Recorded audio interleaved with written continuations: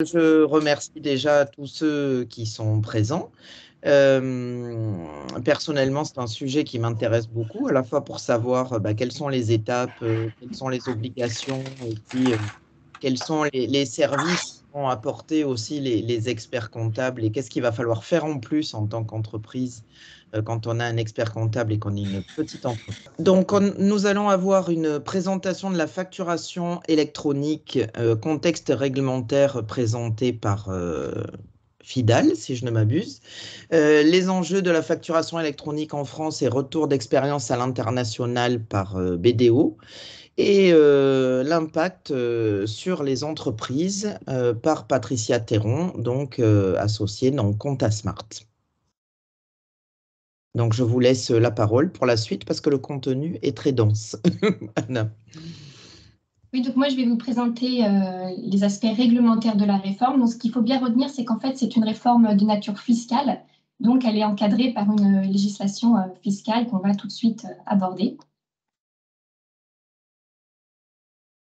Alors, on va commencer par un petit point sur la réglementation actuellement en vigueur concernant la facturation électronique. C'est assez simple. Aujourd'hui, la facturation électronique, elle est obligatoire uniquement dans certains flux avec les personnes publiques. Donc, vous connaissez peut-être déjà le portail Chorus Pro qui est utilisé dans ce cadre. Mais en tout cas, dans les relations entre les entreprises, la facturation électronique n'est pas obligatoire. On peut émettre une facture électronique uniquement si le client en est d'accord. Au niveau européen, on a une réflexion et une proposition de directive qui date de décembre 2022 dans l'objectif de mettre en place un système commun de facturation électronique entre les États membres. Mais c'est simplement un projet pour le moment qui n'est pas encore adopté. Et la France, finalement, elle a devancé l'Union européenne puisqu'elle a d'ores et déjà voté une réforme qui sera applicable à compter de 2024. Et donc, on peut d'ores et déjà se poser la question de si la directive, le projet de directive est adopté, comment finalement les textes européens et français s'articuleront entre eux et est-ce que les systèmes seront interopérables entre eux.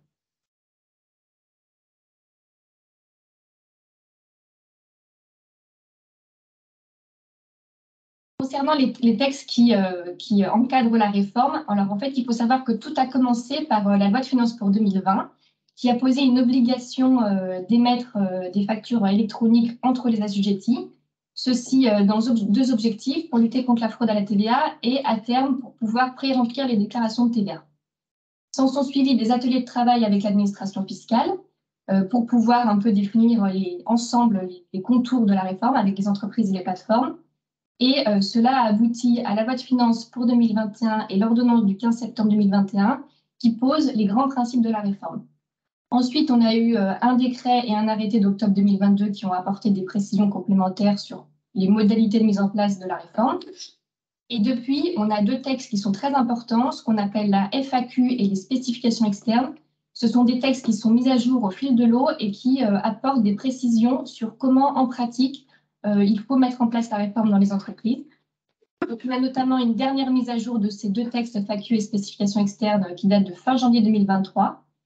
Mais ce que l'administration nous a bien retenir, c'est qu'aujourd'hui, les textes constituent une version cristallisée. C'est-à-dire que quand bien même on aura à nouveau des précisions qui vont venir, on a déjà suffisamment de précisions définitives pour mettre en place la réforme au sein des entreprises. Donc, vous pouvez d'ores et déjà commencer la mise en place et on verra quand on abordera le calendrier qu'il est nécessaire même de ne pas tarder et de commencer d'ores et déjà à regarder le sujet. Je vais juste checker que personne soit dans la salle d'attente. C'est bon. Alors, je vous disais en introduction que la réforme, c'est une réforme fiscale. Il faut bien retenir que pour l'administration fiscale, la facture est un document très important parce que c'est le document qui lui permet de vérifier que la TVA collectée et la TVA déductible sont correctes. Et à ce jour, elle exige la présence de mentions obligatoires sur les factures pour vérifier que les transactions facturées sont réelles et justifiées. Dans le cadre de la réforme, en e-invoicing, donc l'e-invoicing, c'est le fait d'émettre des factures électroniques. Dans le cadre de la réforme, ces mentions obligatoires en e-invoicing, il faudra les renseigner en format structuré. En fait, il va falloir distinguer trois catégories de mentions. On a tout d'abord les mentions qui sont déjà obligatoires sur les factures aujourd'hui et qu'il faudra renseigner en format structuré dès l'entrée dans la réforme. Donc ça concerne toutes les mentions relatives à l'identité des parties et aux données de l'opération. On a ensuite une catégorie de mentions qui sont déjà obligatoires aujourd'hui, donc qui ne seront pas à mettre en format structuré immédiatement, mais à compter de 2026. Après, en pratique, on peut tout à fait devancer cette date et les mettre tout de suite en format structuré. Et ensuite, on a une dernière catégorie très importante, c'est que l'administration a créé, enfin les textes de loi ont créé des nouvelles mentions obligatoires, telles que le numéro sirène du client, la nature de l'opération, est-ce que c'est une prestation de service, est-ce que c'est une livraison de biens. Et ces nouvelles mentions obligatoires seront obligatoires sur les factures et en format structuré dès l'entrée dans la réforme. Après, là, on voit que toutes ces mentions sont des mentions relatives à la TVA, puisque c'est une réforme qui permet de vérifier la TVA. Mais on peut déjà se demander si demain, d'autres administrations, telles que les douanes, la DGCCRF, ne vont pas s'emparer de ce système de mentions qui remontent pour vérifier de leur côté que leurs législations sont bien également respectées. Alors, il y a aussi des données à remonter en e-reporting. Le e-reporting, c'est le fait de devoir remonter des informations à l'administration fiscale. Je ne vais pas trop détailler ce que c'est le e-invoicing et le e-reporting pour le moment parce que ça vous sera expliqué par la suite. Mais ce qu'il faut retenir, c'est qu'en e-reporting, on aura aussi des informations à remonter à l'administration fiscale qui dépendront en fait de la nature du flux en présence. Donc, si par exemple, vous êtes dans une opération B2B internationale, il faudra remonter des informations qui sont sensiblement les mêmes que les mentions obligatoires en e-invoicing, à cela près que le client ne sera pas un client français, donc il n'aura pas de numéro sirène. Donc, soit c'est un client européen et donc il faudra renseigner son numéro de TVA intracommunautaire, soit c'est un client hors UE et il y aura un code spécifique par rapport à son pays. On aura aussi des données à remonter dans le cadre des flux B2C. Et enfin, dans le cadre du e-reporting des données de paiement. Alors, ce e-reporting des données de paiement s'appliquera uniquement pour les prestations de services. Pourquoi? Parce qu'en fait, sur les prestations de services, la TVA est exigible au moment de l'encaissement. Donc, l'administration fiscale elle a besoin de savoir à quelle date l'opération est payée et le montant pour pouvoir derrière avoir ces informations et à terme, pouvoir pré-remplir les déclarations de TVA à partir de ces informations. La question qu'on s'est posée dans le cadre de cette réforme, c'est est-ce qu'il faudra toujours mettre en place une piste d'audit fiable? Alors, pour rappel, aujourd'hui, il faut garantir 3 aspects, l'intégrité du contenu, l'authenticité de l'origine et la lisibilité de la facture. Et on a 3 moyens pour le faire aujourd'hui. Soit on fait de l'EDI fiscal, soit on recourt à la signature électronique qualifiée, soit on met en place une piste d'audit fiable. Finalement, vous allez le voir par la suite, la réforme va exiger d'avoir des factures sur un certain format, avec des mentions comme on l'a vu précédemment, et en passant par des plateformes. Donc, ce sera assez sécurisé. Donc, on se demandait si finalement, il faut toujours mettre en place une piste d'audit fiable. Alors, la réponse est oui, la piste d'audit fiable est toujours pertinente, parce qu'en pratique, il faudra soit faire de l'EDI fiscal, soit avoir une piste d'audit fiable. Et l'administration fiscale nous a récemment communiqué l'information selon laquelle si vous utilisez le portail public, on verra qu'on peut utiliser le portail public ou le portail, une plateforme privée. Si on utilise le portail public, on n'aura vraisemblablement pas d'EDI fiscal avec le portail public. Donc, la piste d'audit fiable, dans ces cas-là, sera forcément obligatoire. Et les plateformes, ça, on a eu aussi la précision avec l'arrêté du 7 octobre, les plateformes doivent vous aider à mettre en place cette piste d'audit fiable. Donc, soit vous l'avez déjà mise en place et il faudra simplement la mettre à jour par rapport aux ajustements que vous ferez dans le cadre de la réforme, soit, si vous ne l'avez pas encore mis en place, il faut absolument le faire parce qu'elle est de plus en plus contrôlée par l'administration fiscale. Et la sanction en cas d'absence de piste d'audit fiable, c'est quand même potentiellement la remise en cause de la déduction de la TVA. Et puisqu'on parlait des sanctions, alors quelles seront les sanctions si on ne respecte pas cette réforme? Le gouvernement avait initialement l'idée, justement, comme pour la piste d'audit fiable, de remettre en cause la déduction de la TVA. Mais une telle sanction aurait été contraire à la directive TVA, donc au droit de l'Union européenne, puisqu'on ne peut pas refuser la déduction de la TVA si toutes les conditions de fond sont remplies pour des simples manquements de forme. Donc finalement, les sanctions qui ont été retenues, ce sont simplement des amendes. Mais en fait, ce qu'il faut avoir à l'esprit, c'est que les vraies sanctions, au-delà de ces amendes qui vont se produire si vous ne respectez pas la réforme, c'est premièrement, en fait, si vos factures ne sont pas au bon format, qu'elles ne comportent pas toutes les mentions qu'on a vues et qu'elles ne passent pas par les plateformes privées ou publiques, les clients ne recevront jamais la facture et donc les factures ne seront plus payées. Ça, c'est la première des vraies sanctions pratiques. Et la seconde problématique, c'est que l'administration fiscale aura accès de manière automatique à toutes les informations de votre facture. Et donc, elle pourra, sans avoir besoin de diligenter de contrôle fiscal, vérifier que les mentions sont présentes et que les flux sont correctement traités au regard de la TVA. Et notamment, on a vu que l'une des nouvelles mentions qui allait devoir être renseignée, c'est la nature de l'opération. Est-ce que c'est une livraison de biens? Est-ce que c'est une prestation de service? Avec cette mention, l'administration fiscale, elle peut voir si vous avez correctement dupliqué le traitement de TVA à l'opération. Et on sait qu'en TVA, c'est parfois compliqué de qualifier une opération. On a parfois des opérations complexes, des opérations principales, accessoires. Et donc, ça va nécessiter vraiment une attention très particulière à ce que les mentions soient bien remplies, qu'elles soient bien correctes, que les flux soient bien qualifiés, que les codes TVA programmés dans vos systèmes soient corrects. Enfin, il faudra vraiment, demain, les manquements de TVA, ils ne passeront plus inaperçus.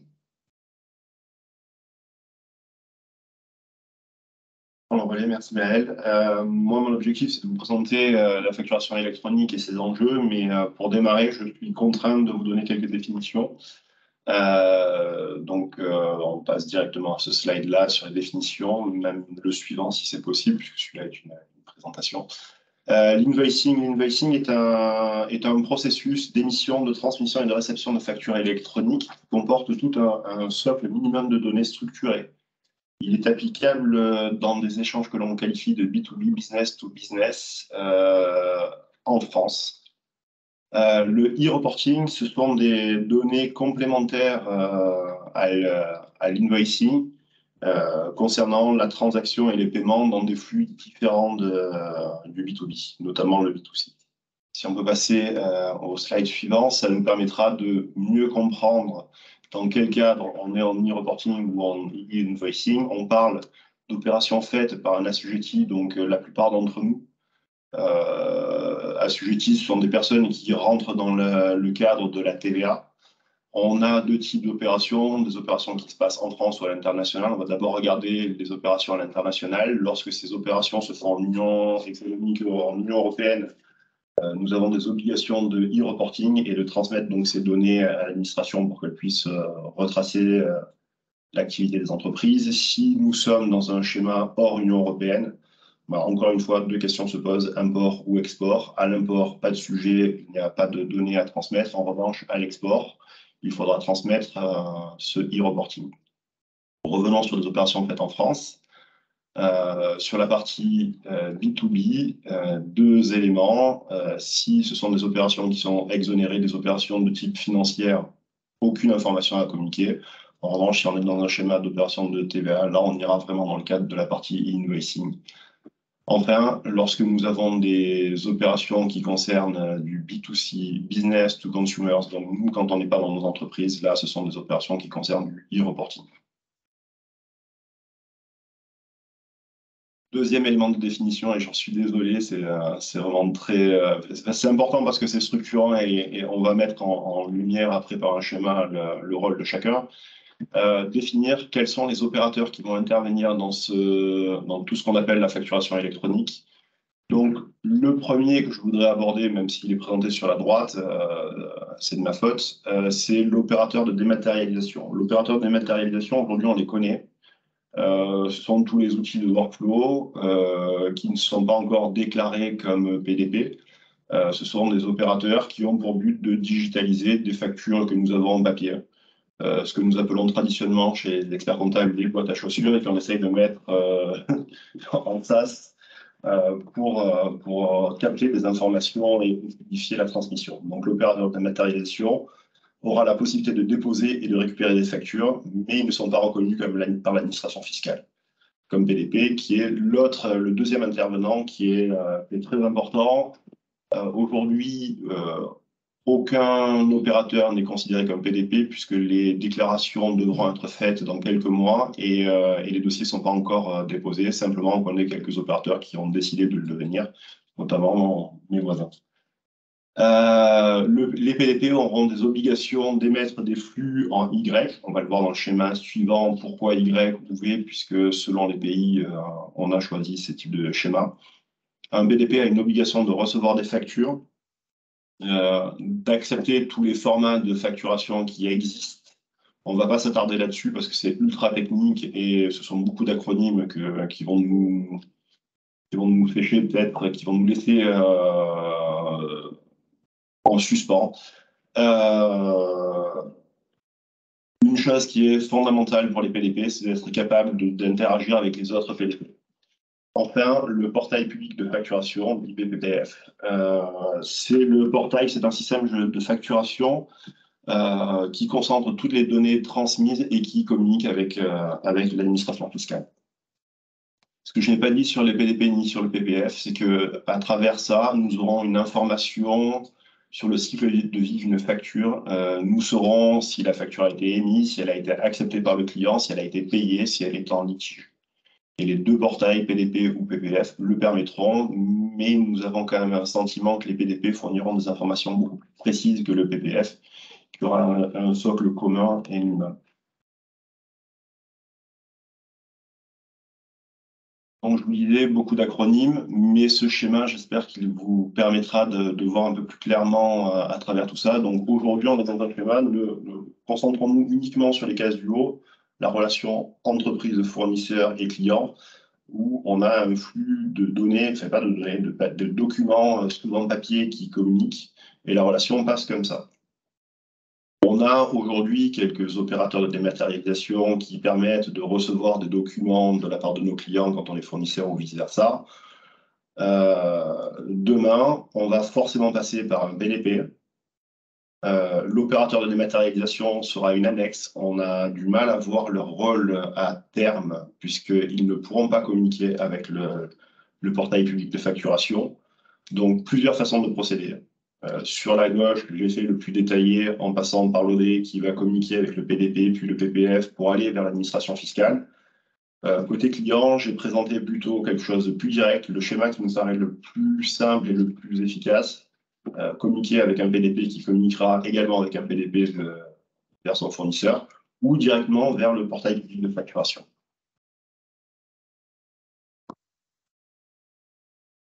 Ça paraît étonnant, tout ce qu'il y a à faire, mais je voulais également mettre en lumière quelque chose, c'est que ça va démarrer en juillet 2024. Vous voyez que pour chacun des types d'entreprises, grandes entreprises, entreprises de taille intermédiaire ou TPE, PME, tout ça va démarrer dès juillet 2024 en réception. Ça veut dire que nous allons devoir collecter nos données de cette manière. Les grandes entreprises, dès juillet 2024, devront être aptes à émettre leurs factures sur les portails publics ou partenaires. Ça concernera les ETI dès juillet 2025 et les TPE-PME dès 2026. Mais dès juillet 2024, celles-ci dont nous sommes en général tous membres, devront dès 2024 être capables de recevoir leurs documents de cette manière.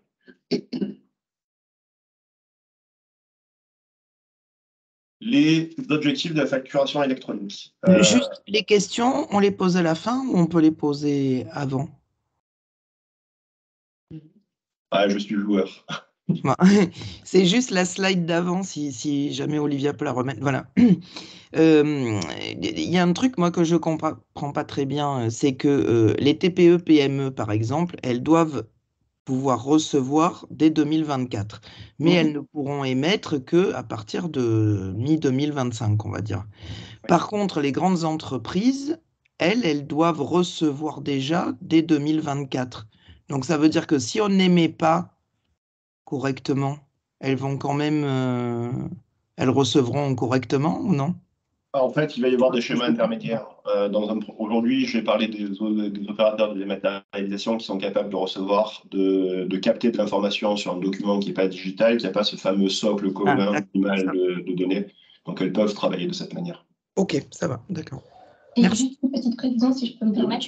En fait, ça, c'est des dates obligatoires, mais on peut tout à fait anticiper la réforme parce que, en fait, les seuils des tailles des entreprises s'apprécient au niveau de chaque entité légale. Donc, par exemple, au sein d'un groupe, si vous avez des entreprises de toutes les tailles, ça peut être opportun de mettre la réforme en vigueur à la même date pour toutes. C'est plus simple. Donc, on peut tout à fait anticiper la réforme, c'est envisageable. D'accord. C'est souhaitable, oui, parce que c'est la deadline. Exactement.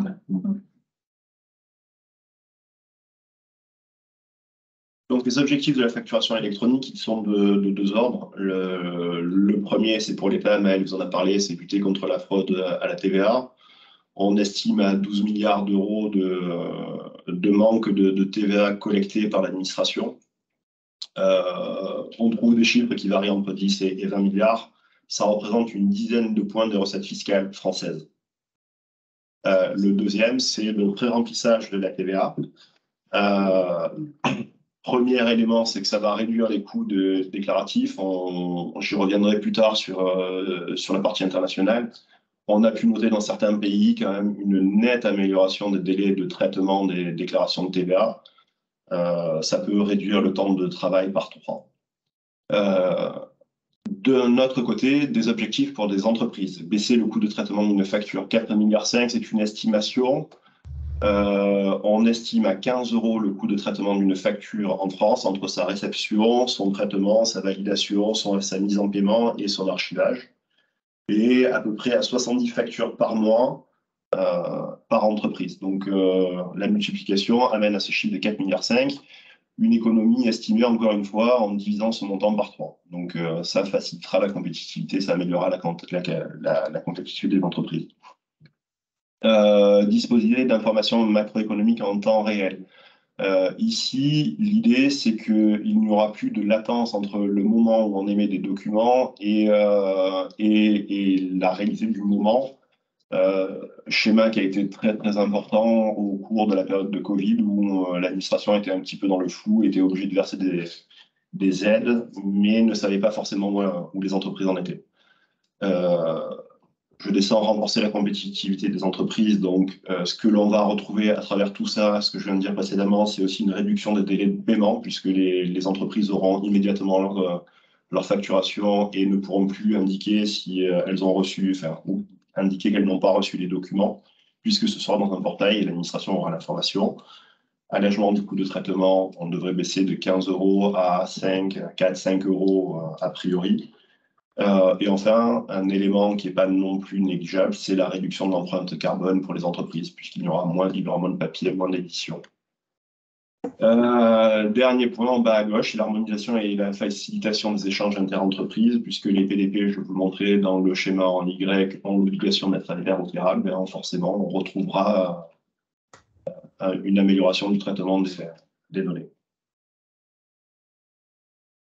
À l'international, je voulais faire un focus sur 3 pays que sont le Brésil, le Mexique et l'Italie, parce que ce sont des pays qu'on qualifie de leaders. Alors, le champion absolu, c'est le Mexique, puisque dès 2004, il a commencé à mettre en place ces systèmes.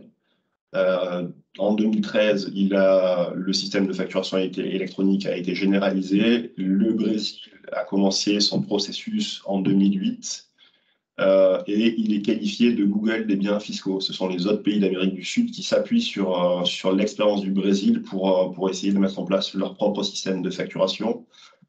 Le dernier dans ce point-là, sur les leaders, c'est l'Italie qui est le leader européen. L'Italie estime aujourd'hui récupérer 2 milliards d'euros de TVA additionnelle depuis la mise en place, et ce n'est pas fini. Ces 3 pays ont un point commun, c'est que dans les flux B2B, business to business, business to consumers et business to government, ont l'obligation de respecter les processus de facturation électronique. Le dernier qui m'a intéressé, que je voulais remonter, c'est l'Estonie, qui est un pays très particulier, pays balte du nord de l'Europe, que l'on qualifie de digital. Vous remarquez que là-dedans, dans le B2B ou B2C, il n'y a pas d'obligation à ce jour de facturation électronique, mais le processus est généralisé. Et l'Estonie remonte des informations en indiquant que le temps de traitement des opérations de TVA pour les entreprises a été réduite. Les entreprises passent moins de 40 heures par an à faire leur déclaration de TVA. Et autre élément que l'on voit au-dessus pour l'Italie, puisqu'il y a une récupération de 2 milliards d'euros de TVA, c'est que l'écart entre ce qu'on qualifie de recettes théoriques de TVA et les recettes réellement encaissées a été divisé par 3 au cours de la période. Donc effectivement, merci Nicolas, je vais prendre le relais de Nicolas. On va voir les aspects un peu plus, j'allais dire maintenant, pratiques pour les entreprises et comment transformer cette contrainte réglementaire en opportunité.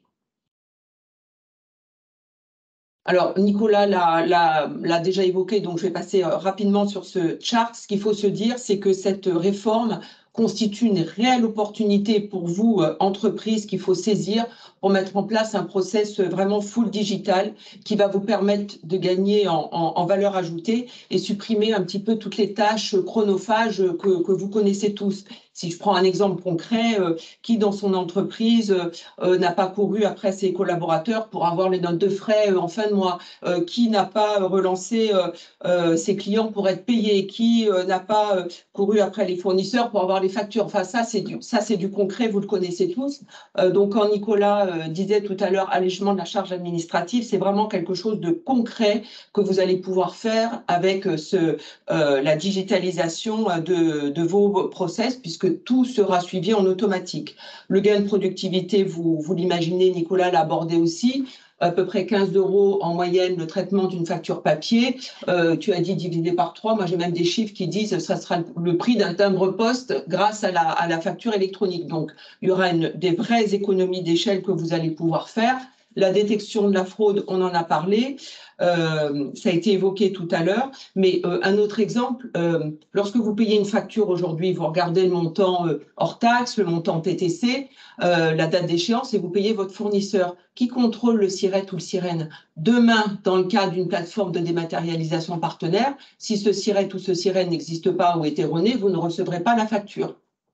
Et enfin, pour finir, cette vision macroéconomique des entreprises. Quand il y a eu le Covid, l'État ne savait pas du tout qui travaillait, qui ne travaillait pas, où en était l'état global de l'économie. Là, il y a à peu près 2,2 milliards de factures qui s'échangent chaque année entre entreprises. Ils auront une vision en temps réel précise de l'activité des entreprises. Qui seront disponibles au même endroit. Et je dirais, et même pour vous, entrepreneurs, comme toutes vos données sont centralisées au même endroit, vous saurez exactement où vous en êtes de vos factures clients, de vos factures fournisseurs à l'instant T. Alors, les formats attendus par l'administration, ils sont au nombre de 3. Le plus usité, c'est celui que vous voyez en haut, que vous connaissez, qui est un PDF qui sera adossé à des données structurées, ce qu'on appelle également des métadonnées. Et ces métadonnées permettront d'intégrer automatiquement votre facture à votre système de gestion ou votre logiciel de compta. Et puis après, il y a 2 autres formats qui s'appellent UBL et C2I. Et si vous avez l'habitude de les utiliser, de toute façon, toutes les PDP sont en capacité de les traiter. Donc, on va regarder le schéma de facturation actuel. Ça, c'est ce que vous vivez. Votre société est à gauche. Vos clients et vos fournisseurs sont sur la droite de l'écran. Donc, avec le petit 1, vous envoyez aujourd'hui des factures à vos clients. Vous les envoyez en général par courrier ou par mail. Ceux-ci les traitent, les analysent, etc. et vous règlent par chèque, en espèces, par virement, prélèvement, etc. Avec vos fournisseurs, c'est la même chose. Vos fournisseurs vont vous adresser des factures que vous allez recevoir par mail ou par courrier, que vous allez effectivement traiter et vous allez ensuite payer vos fournisseurs, comme tout à l'heure, par chèque, espèce ou virement. Donc, vous êtes assujetti à la TVA. Votre service interne ou votre prestataire externe doit faire les déclarations de TVA. Donc, vous devez adresser tous les éléments au fil de l'eau ou une fois par mois. Là, on doit prendre aujourd'hui concrètement le relevé de banque, regarder toutes les factures, associer la facture à la ligne de banque. Bien souvent, là encore, dans le concret d'une entreprise, on vous réclame, il manque telle ou telle facture, on les recherche auprès de chaque collaborateur ou chaque fournisseur. Dans le nouveau schéma qu'on va voir, vous n'aurez plus besoin de courir après les factures pour faire la déclaration de TVA et toutes les autres démarches. Voilà, donc on va passer sur le schéma suivant. Qui sera donc le schéma de la facture électronique. Donc là, ce sera très important effectivement de bien choisir sa plateforme de dématérialisation partenaire. Donc là, on se situe dans un schéma au 1er juillet 2024. Tout à l'heure, on a évoqué avec Maëlle et Nicolas les échéances. Sachez que vous êtes tous concernés finalement au 1er juillet 2024. Pourquoi?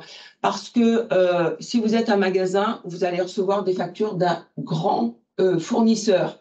Donc, lui qui va émettre des factures électroniques au 1er juillet 2024. Si vous êtes une officine de pharmacie, vous travaillez avec des grands labos. Si vous êtes un restaurant, vous travaillez avec des grossistes alimentaires ou des grandes centrales comme Métro, Transgourmet, etc. Donc, vous devez être en capacité de recevoir des factures électroniques. Donc, pour ce faire, votre société va devoir se doter d'une plateforme de dématérialisation partenaire.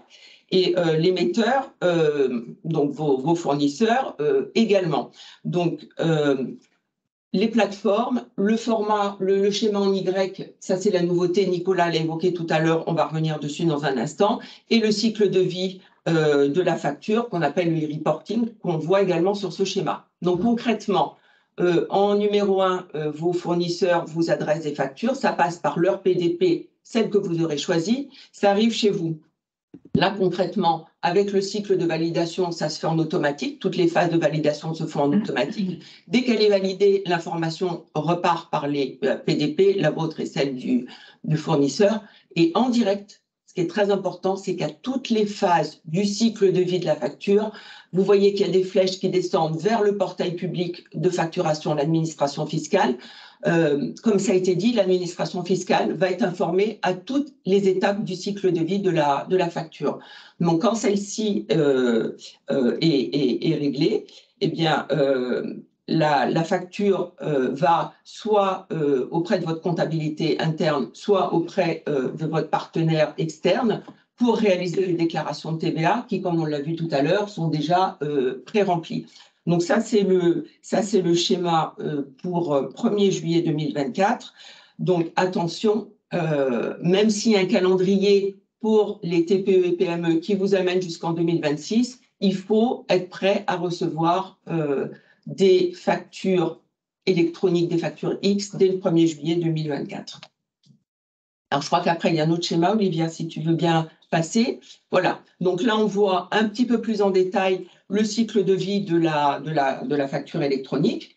Donc, votre fournisseur qui se trouve à gauche va créer, adresser et suivre les factures qui vont adresser à l'acheteur. Si vous êtes acheteur, vous allez recevoir et donc traiter ces factures.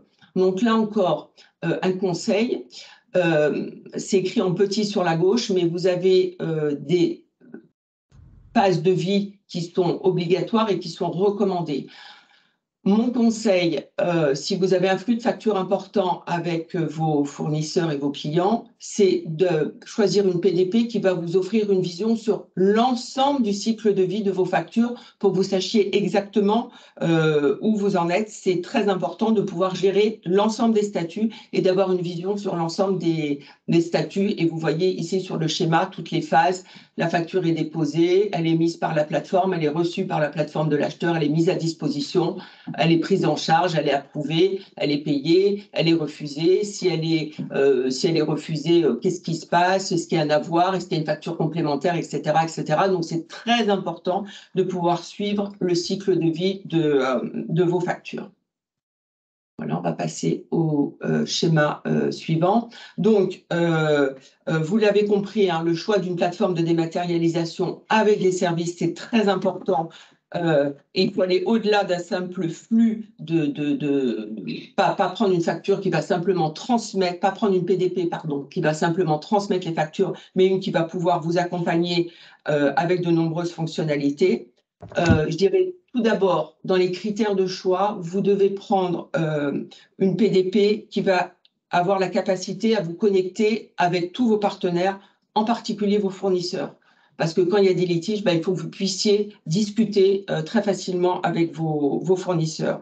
Deuxièmement, son intégration avec vos logiciels métiers. Il faut que la PDP que vous allez choisir ait ce qu'on appelle des API ouvertes qui soient en capacité de dialoguer avec les autres partenaires.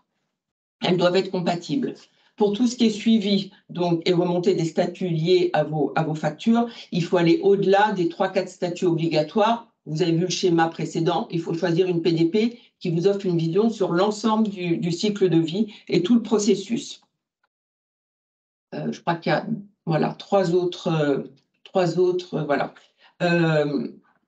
contrôle à la source et gestion des litiges. Donc là, il faut que vous puissiez avoir un moyen de communiquer avec vos contreparties. Exemple, hein, je reviens sur le commerce alimentaire, il y a souvent des écarts avec la centrale d'achat sur les volumes, sur les prix, etc. Donc là, il faut vraiment que vous puissiez communiquer, avoir une vision sur tous les litiges qui souvent représentent des sommes importantes pour un point de vente. Ensuite, la gestion des paiements. Donc là, il faut vraiment que la PDP puisse vous accompagner sur la gestion des paiements, payer à date d'échéance votre fournisseur dans le respect des délais. Donc, l'État sera informé en temps réel. Et c'est bien aussi qu'on vous propose le rapprochement bancaire pour la partie e-reporting. Et pour finir, la gestion de tout le processus. Ça veut dire vraiment profiter pour tout automatiser. Choisissez une PDP qui vous accompagne. On l'a vu sur le cycle fournisseur, le cycle client, les notes de frais en interne et qui gère vraiment la globalité de votre processus métier avec une approche métier. Voilà, c'est très important. Donc, dernier chart, comment se préparer, comment anticiper quand vous êtes une PME ou une ETI.